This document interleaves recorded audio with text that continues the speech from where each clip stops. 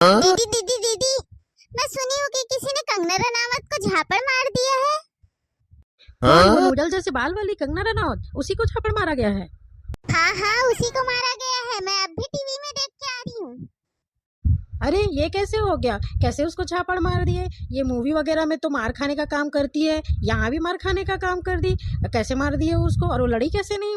वो इतनी तो वीरांगना बनती है, कभी लक्ष्मी बाई, कभी दुर्गावती बाई, कभी ये बाई, कभी वो बाई, वहाँ कैसे चुप रह गई वो? अरे आप भी ना दीदी हर बात को मजाक में ले लेते हो। अरे दीदी, वो एयरपोर्ट गई थी। क्यों? एयरपोर्ट में वो अपने फैशन का जलवा दिखा रही थी क्या? कि अपने मुंह का जलवा दिखा रही थी? ऐसा कैसे हो गया? बता तो मेरे को, मैं भी जानना चाहती हूँ।